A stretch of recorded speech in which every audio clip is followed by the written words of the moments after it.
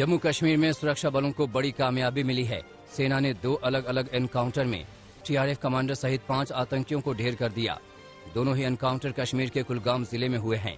एक एनकाउंटर कुलगाम के पोम्बाई गांव तो दूसरा गोपालपुरा में हुआ है। मारा गया एक आतंकी आफाक सिकंदर आतंकी संगठन टीआरएफ से जुड़ा हुआ बताया जा रहा है। पाकिस्तान की जेल में बंद भारतीय नागरिक कुलभूषण जाधव को एक बड़ी राहत मिली है। पाकिस्तान ने कुलभूषण जाधव को अंतर्राष्ट्रीय न्यायालय के फैसले के अनुसार अपील करने का अधिकार देने के लिए संसद के संयुक्त सत्र में एक विधेयक पारित किया है। इससे पहले कोर्ट ने पाकिस्तान को बिना देरी के भारत को राजनयिक पहुंच मुहैया कराने को भी कहा था। भारतीय नौसेना के रिटायर्ड अधिकारी कुलभूषण जाधव को पाकिस्तान की एक सैन्य अदालत ने जासूसी और आतंकवाद के आरोपों में अप्रैल 2017 में मौत की सजा सुनाई थी। इसके बाद भारत ने इंटरनेशनल कोर्ट का रुख किया था और पाकिस्तान में राजनयिक पहुंच नहीं दिए जाने और मौत की सजा को चुनौती दी थी। त्रिपुरा हिंसा में यूएपीए के तहत आरोपी बनाए गए वकीलों और पत्रकारों को सुप्रीम कोर्ट से राहत मिली है। कोर्ट ने अगले आदेश तक इन पर कठोर कार्यवाही नहीं करने का निर्देश दिया है। दरअसल सुप्रीम कोर्ट में याचिका दायर करके यूएपीए की एफआईआर को चुनौती दी गई है। 2 वकीलों मुकेश कुमार अंसारुल हक अंसारी और एक पत्रकार श्याम मीरा सिंह ने यूएपीए के कठोर प्रावधानों के तहत दर्ज आपराधिक मामले रद्द करने की मांग की है। इस पर सुनवाई करते हुए कोर्ट ने मामले में यूएपीए लगाने के लिए त्रिपुरा पुलिस से जवाब भी मांगा है। सुप्रीम कोर्ट ने लखीमपुर खीरी मामले की जांच कर रही एसआईटी का पुनर्गठन किया है।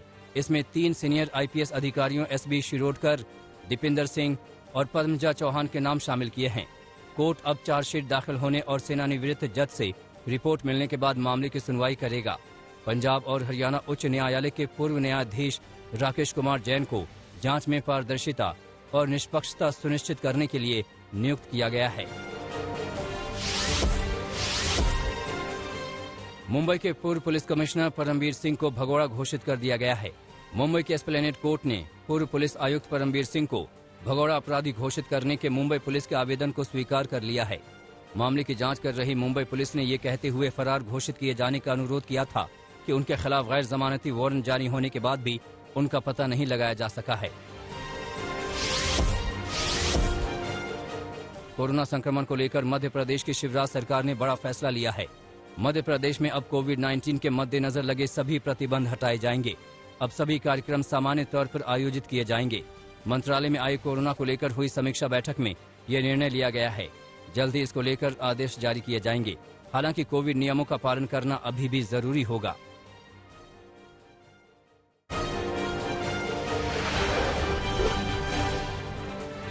यूपी में एक्सप्रेसवे को लेकर सियासी घमासान जारी है। अखिलेश यादव ने पूर्वांचल एक्सप्रेसवे को लेकर बीजेपी पर निशाना साधा। अखिलेश ने कहा कि बीजेपी को क्रेडिट लेने की आदत है। अखिलेश यादव ने आरोप लगाया कि सरकार ने आधे अधूरे एक्सप्रेसवे का उद्घाटन कर दिया। वहीं इस बार विधानसभा में पूर्वी गाजीपुर से पश्चिमी गाजीपुर तक बीजेपी के सफाई की बात कही।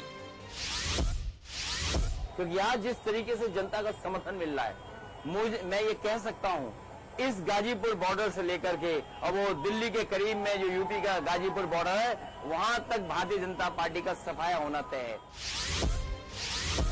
प्रियंका गांधी ने कल बुंदेलखंड का दौरा किया, जहां उन्होंने महिलाओं के साथ संवाद किया। प्रियंका ने अपने दौरे की शुरुआत मंदिर में पूजा के साथ की। वहीं नाव से सभा तक पहुंची, जहां यूपी में महिला अपराध को लेकर योगी सरकार पर निशाना साधा। अपने दौरे का समापन प्रियंका ने कामतगिरी की परिक्रमा के साथ किया। आज तक से बातचीत में प्रियंका ने कहा कि यूपी में वो बदलाव की राजनीति करने आई हैं। संदेश यह कि बदलाव लाइए, क्योंकि जिस तरह से राजनीति हो रही है, जिस तरह से किसानों को कुचला जा रहा है, दलितों को, सबको, महिलाओं को गलत है। दिल्ली में प्रदूषण के मामले पर हुई सुनवाई के दौरान सुप्रीम कोर्ट ने केंद्र और दिल्ली की केजरीवाल सरकार को जमकर फटकार लगाई। कोर्ट ने पूछा कि प्रदूषण एक दिन की समस्या नहीं, फिर केंद्र और दिल्ली सरकार बताए कि पूरे साल इसके लिए क्या किया है।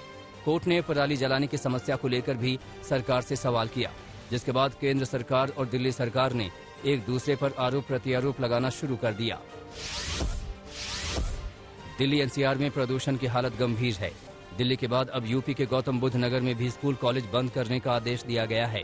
गौतम बुद्ध नगर के डीएम ने आदेश दिया है कि 21 नवंबर तक गौतम बुद्ध नगर में सभी स्कूल और कॉलेज बंद रहेंगे।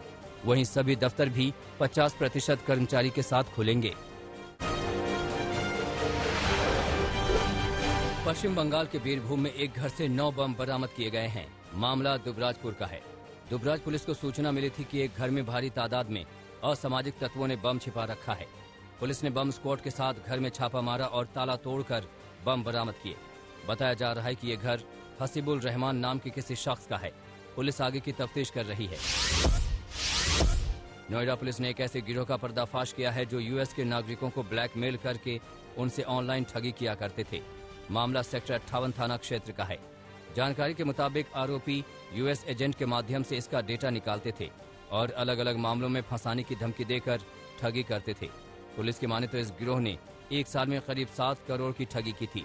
पुलिस आगे की जांच में जुट गई है। मध्य प्रदेश के मंदसौर में चोरी करने एक घर में घुसे आरोपी को पुलिस ने पकड़ा है। जानकारी के मुताबिक अपने साथी के साथ ये आरोपी उस घर में चोरी करने पहुंचा था जहां शादी थी। हथियार न होने की वजह से इसने पिस्तौल जैसा दिखने वाला एक लाइटर लिया। उसी के बल पर यह चोरी करने पहुंचा, मगर लोगों ने लाइटर पहचान लिया और दोनों आरोपियों को पीटने लगे। इस आरोपी का एक साथी तो फरार हो गया, मगर ये पुलिस के हत्थे चढ़ गया। पश्चिम बंगाल के हुगली में भयानक बवाल मच गया। दरअसल पुलिस ने यहां शराब के अड्डे पर रेड डाली। पुलिस को देखकर लोग भागने लगे। एक शख्स ने पुलिस से बचने के लिए कुएं में छलांग लगा दी, मगर उसकी मौत हो गई। इसके बाद आसपास के लोग भड़क गए और पुलिस की मुखबिरी करने के शक में एक शख्स के घर पर हमला बोल दिया। भयानक मारपीट के बीच कई लोग घायल हुए हैं। फिलहाल पुलिस मामले पर नजर बनाए हुए है। महाराष्ट्र के पंढरपुर में एक ऐसे शख्स को गिरफ्तार किया गया है जिस पर अपनी पत्नी और बेटी की हत्या का आरोप है। मामला करमाला थाना क्षेत्र का है। आरोपों के मुताबिक आरोपी ने कत्ल तब किए जब पत्नी और बेटी सो रहे थे। हत्या करके आरोपी फरार हो गया था और पंढरपुर में छिपा था। आखिरकार पुलिस ने आरोपी को गिरफ्तार कर लिया।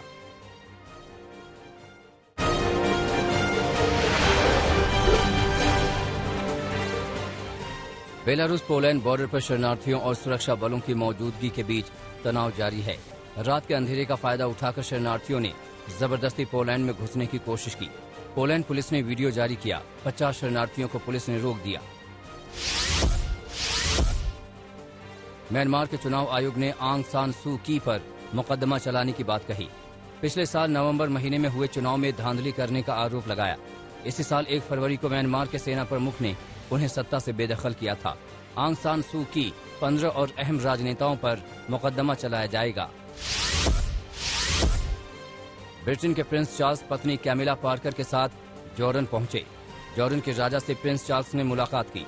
दोनों ने ईसाई धर्म में बेहद पवित्र माने जाने वाली जॉर्डन नदी में उंगली डुबोने की रस्म निभाई। माना जाता है कि इसी जगह पर ईसा मसीह का बपतिस्मा हुआ था। स्पेन के राजशाही परिवार ने इटली के राष्ट्रपति सर्जियो माटारेला का स्वागत किया। अपनी बेटी के साथ स्पेन की राजकीय यात्रा पर माटारेला पहुंचे हैं। स्पेन के राजा रानी ने अपने राजमहल में शाही डिनर का आयोजन किया। बेटी के साथ माटारेला ने हिस्सा लिया।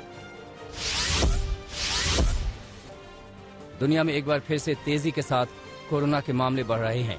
रूस, अमेरिका, जर्मनी के साथ यूरोप के ज्यादातर देशों में कोरोना के मामले बढ़ रहे हैं। अमेरिका में 24 घंटे में 87,000 से ज्यादा मामले सामने आए। जर्मनी में 40,000 नए मरीज मिले हैं तो 38,000 मामलों के साथ रूस में हालात अच्छे नहीं हैं।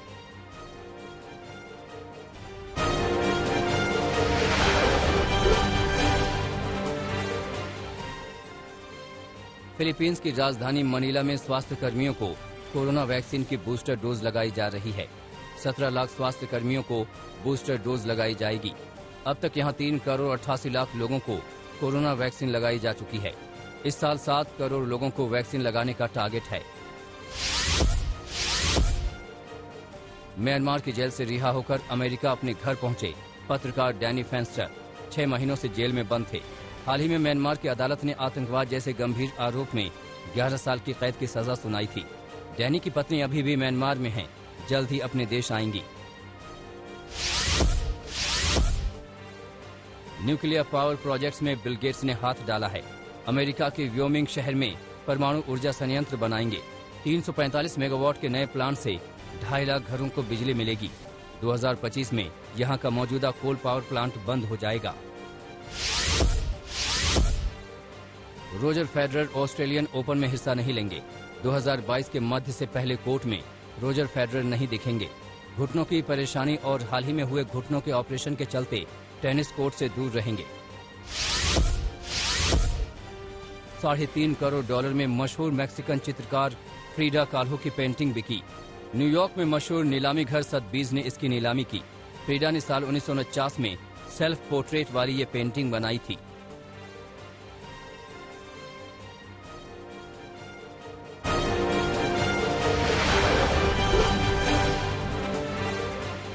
T20 सीरीज के पहले मुकाबले में भारत ने न्यूजीलैंड को 5 विकेट से हरा दिया है। टॉस हारकर पहले बल्लेबाजी करते हुए न्यूजीलैंड ने 6 विकेट पर 164 रन बनाए। जवाब में टीम इंडिया ने 2 गेंद बाकी रहते लक्ष्य हासिल कर लिया। सूर्य कुमार यादव ने 62 और रोहित शर्मा ने 48 रनों की पारी खेली। भारत की ओर से रविचंद्रन अश्विन और भुवनेश्वर कुमार ने 2-2 विकेट चटकाए।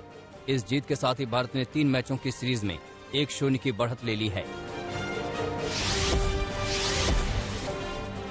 भारत न्यूजीलैंड सीरीज का दूसरा मैच रांची के JSCA स्टेडियम में कल यानी 19 नवंबर को खेला जाएगा। झारखंड सरकार ने कोरोना महामारी के चलते स्टेडियम की 50% क्षमता के साथ दर्शकों को प्रवेश की अनुमति दी थी, लेकिन मुकाबले के 3 दिन पहले क्रिकेट फैंस को बड़ी राहत देते हुए ये पाबंदी हटा ली है। अब कल होने वाले मैच में स्टेडियम पूरे 50,000 दर्शक क्षमता के साथ खचाखच भरा रहेगा। करीब 3 दशकों बाद पाकिस्तान को किसी ICC टूर्नामेंट की मेजबानी का मौका मिलने वाला है। ICC की ओर से जारी कार्यक्रम के मुताबिक 2025 की चैंपियंस ट्रॉफी पाकिस्तान में होगी, लेकिन भारतीय टीम इस टूर्नामेंट के लिए पाकिस्तान का दौरा करेगी या नहीं, इसे लेकर भारत में चर्चाओं का बाजार अभी से गर्म हो गया है। खेल मंत्री अनुराग ठाकुर के मुताबिक इसका फैसला वक्त आने पर गृह मंत्रालय की सिफारिश के मुताबिक किया जाएगा। भारतीय टीम 2008 के बाद से पाकिस्तान दौरे पर नहीं गई है।